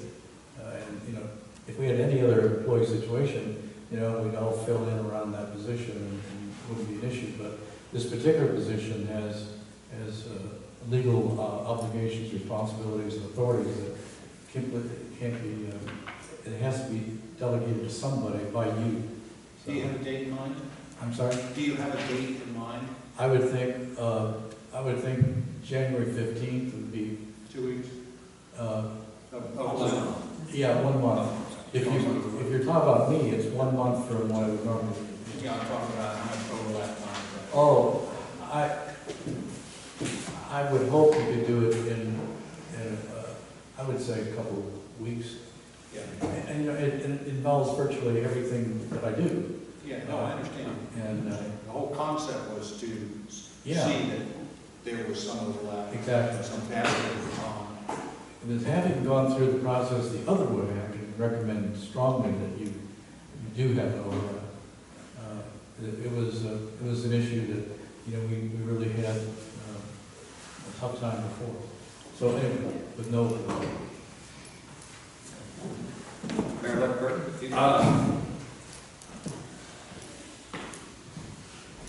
I did speak to the headhunter, what is his name is?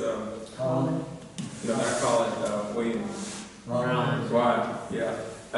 He called me to let me know, as he probably did all of you, as to where the status was. It looked like it was going to be at least a month in January before we would even be able to get the list, and then the continuity is what I thought was the reason for holding him on. I'll be in your seat, and I don't want to have a vacancy between the time that he is replaced and so that anyone else is coming in. What was also considering is that whoever we hire, although whatever their credentials are, what their experience is in the area of our vicinity, if they're coming from someplace out of state, for instance, to have somebody here that can talk them through. It's again up to the commission to see who we hire, and who the best person that we hire may not be somebody who is locally convenient, but has the capacity and the ability to make whatever we're going to do work. So I would just, without having the motion to be able to make, and I can't make it then, I can't make it now, but I would think that we would have some continuity. I have to kick it back to Commissioner Eckert when it came time for me to be replaced because I lost the race, and Roger and Libby Cherry and Cookie, the question that was made at the time, not the question, but what was raised, I'll never forget what you said, Roger. You said, as a member of the fire department, have been in the fire department, you understood the importance of continuity. And that was why you stepped down so that I could be reinstated. So I just say at this point that from the point of view of being able to have some continuity, as long as we have an end date, an end point in time, that we won't be without. Because the other thing that was coming up, who could be replacing them? Ricky has been our city administrator, acting when Daisy was here.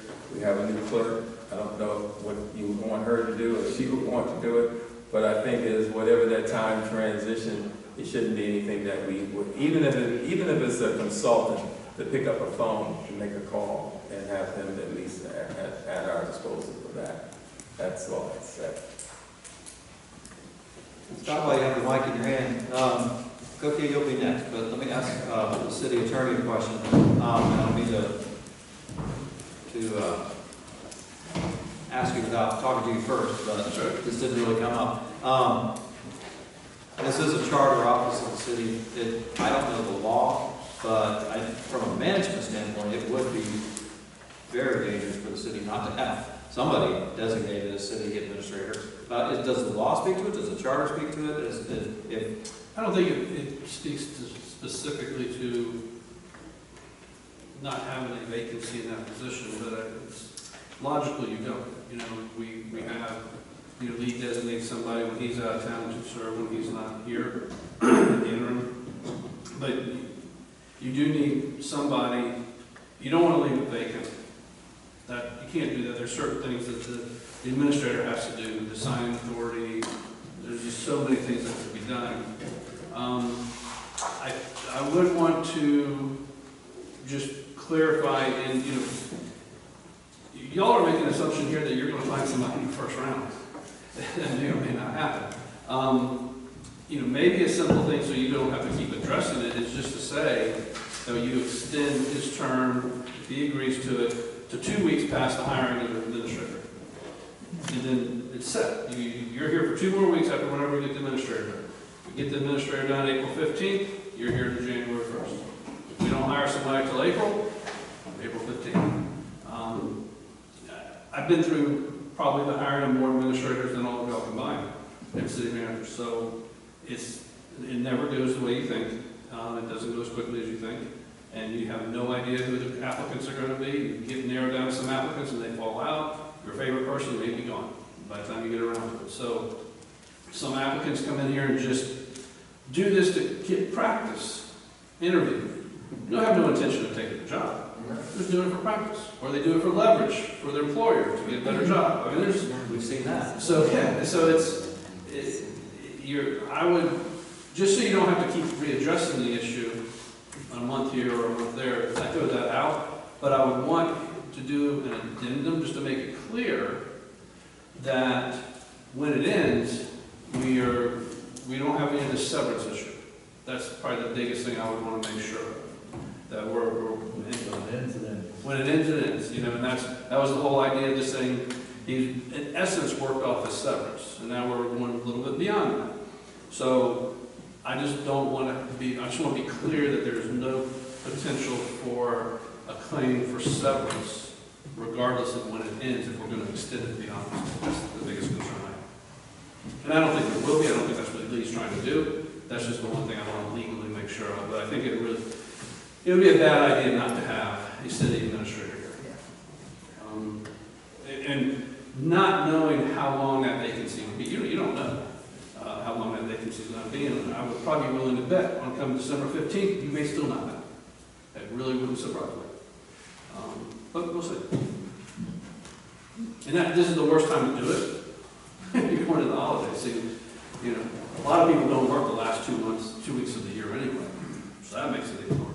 So it's just a tough time to be calling special meetings, to do interviews. It's going to take a little while. So I just throw that out as consideration. Mr. City Administrator, would you be willing to entertain a contract addendum to continue your employment to 2 weeks after a new administrator is in hand? I hadn't thought of that, to tell you the truth. I was working on set times, but I do like Scott's idea, because that way you don't have to come back every time in the time limit. So I will give you a scary thought. 20 years ago, I was a finalist for the county manager in Volusia County, which ought to at least scare a lot of people in the audience. But anyway, obviously I didn't get it. But I was on a 4th panel of 5 people being interviewed for that position. And they finally found somebody in the 5th panel. So this went on for months until they finally found the individual that they thought was a proper fit. I don't know that we'll have anything like that in terms of complexity, but at that time the county was changing, going through becoming, it went from a charter to It became a charter. Yeah, it became a charter. Anyway, so I like the idea that Scott had, and we just do it on a 2-week after time basis. That should be fine. Mayor Burton, this isn't a voting question, but would you be amenable to something like that? I want to, for this commission to act, one of the things we've strived to do is not tie the upcoming commission's hands, but does this seem like a reasonable step to take in your mind? Ms. Donato's not here to ask. She's right here. I'm sorry. I've been looking this way all night. I'm so sorry. You've been so quiet. I have. Anyway, I'll direct the Until question to now. both of them then. Did you have any thoughts on this matter? Yes, actually, I spoke to Ron this week as well, and all they did was extend a few days out for more applicants to come in. They're on schedule, they're planning on staying on schedule. He sees no problems. Currently, they have 17 applicants. They want to pull a few more in, 20, maybe 22 more applicants. But right now, I don't think that it's a time for us to kind of like explode and think that everything's going to fall apart. It may, but we don't know that today, because Ron assured me the other day that they're planning on staying on schedule. That's their main focus in their jobs. Thank you. Okay. Marilyn Burton? Well, I have the opportunity, the pleasure, if you want, to have hired and worked with every city administrator that we've had. And in the interim between having lost a city administrator and having hired another city administrator, I've been in that process too. So Scott made a couple of good points, is that we don't know. It's something that what Ron had spoken to me about was that they had 17, he was not that worried about it, but he was also not that enthused the fact that they only had 17. So he said that, and I asked him that question too, what would you think about us having some continuity? He thought it would be a good suggestion, given the fact that we would be without one within a period of time that we could not necessarily dictate what their time is going to be. So personally, I would be comfortable with that transition, not to be without. I don't think that that's something that the city is ready for. So, but whatever you decide. Thank you. I appreciate y'all weighing in on this. I guess what I would say in response to Lynn, my proposal doesn't affect what she said. If everything goes smoothly, it happens quickly. It's 2 weeks after it happens. It could happen, the end of November, and it would still fall 2 weeks, which would be about what we planned. I'm just saying you could put something in place, say, look, whenever it occurs, his last day is 2 weeks after that. And you don't sit here and you set a date where there is way more unknown than there is known. And I've dealt with a lot of consultants. Seldom do they tell you, oh, things are horrible. They don't do that. We're doing a really lousy job right now. Things are going on. Things are going good. Hopefully it does. But what the proposal of just saying, let's do 2 weeks after hiring, doesn't change if things go as smoothly as Lynn thinks they're going to go. Okay, 2 weeks after you hire somebody. That gives us what we're basically saying is we need 2 weeks of transition whenever that transition starts. It could happen December 1st, it may happen January 1st. We just don't know. Because actually when we started this process, I thought y'all would be hiring somebody tonight. Or you would have hired them in October. That's what I thought. I thought the whole process, the thought was this commission was going to hire a new manager or administrator. That's what I thought. We've already gone well past that. So It probably isn't, no, it is a good idea that any charter employee, whether it's public works director, police chief, et cetera, that there is an overlap in the position. But the most important of all of them is the guy, the lady, the person at the head of the pile. And I've been here, this is the 5th city administrator I've been involved with hiring, and there's more hiccups than there are realities. So I think it's a good idea just to extend it and, not pull the rug out from underneath them, but Well, if I could just say one thing, I want to correct the record. I didn't say that this was going to be easy. I said that I talked to Ron and this is what he said. I verbatim what he said, and anybody. Do you feel like it's a good idea to have 2 weeks of overlap? I think that, Just principally? the only thing that bothers me with the 2-week overlap is that now we've still got double salaries going on. Yeah. I know for a fact that Ricky has filled in on more than one occasion.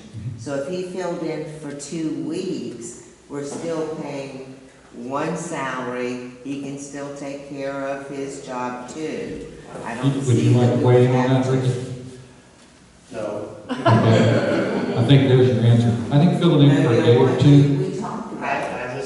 I think it would be,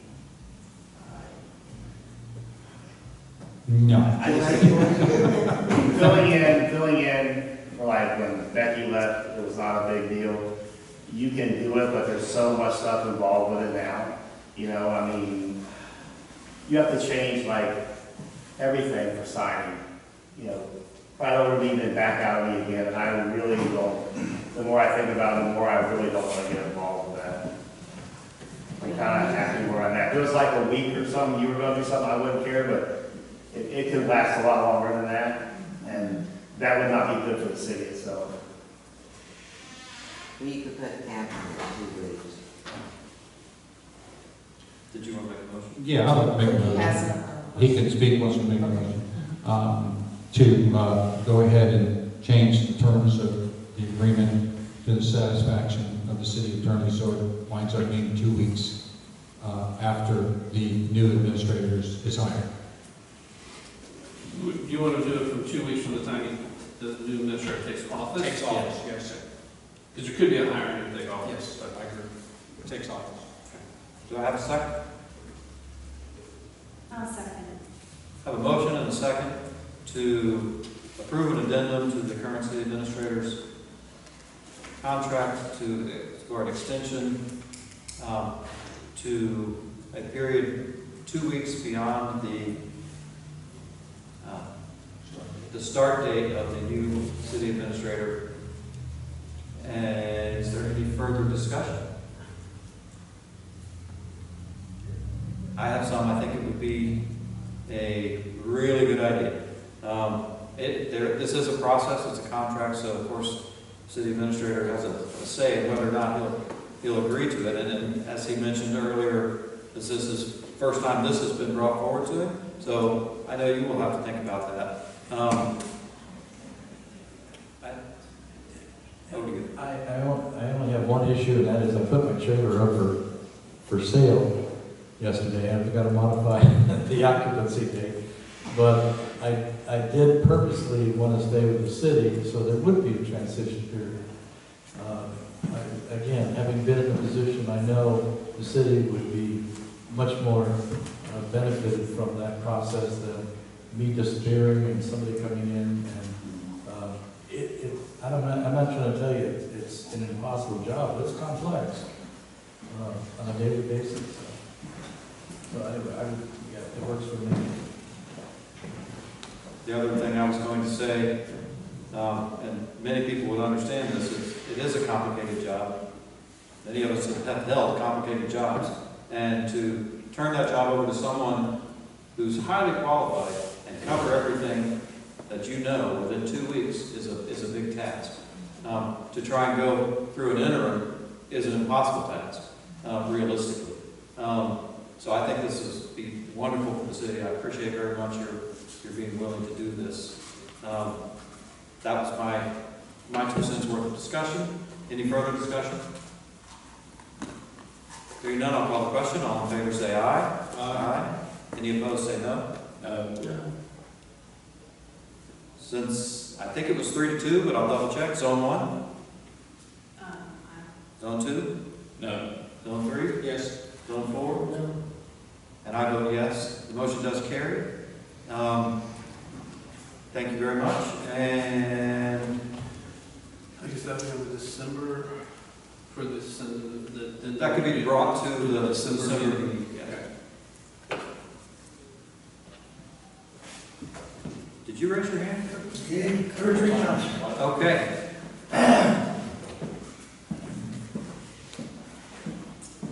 I'm just start off by saying, Kenny was a good man, and I was really disappointed when we didn't do what we did. If we had Kenny, right now, we'd be doing just what Scott wanted to do.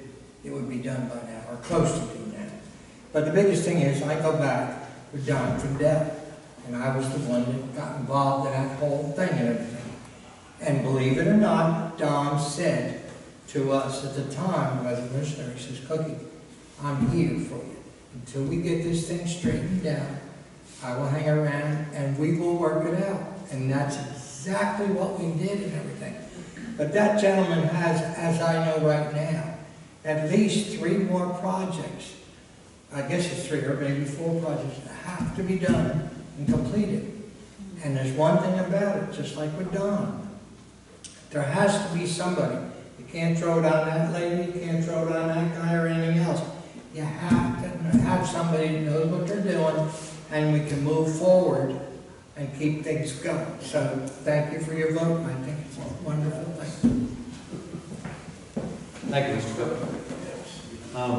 I'll add that we do, or did you have any more from your, from city manager? Okay. The closing remarks, I would like to say again, never mind. I want some remarks from the city administrator.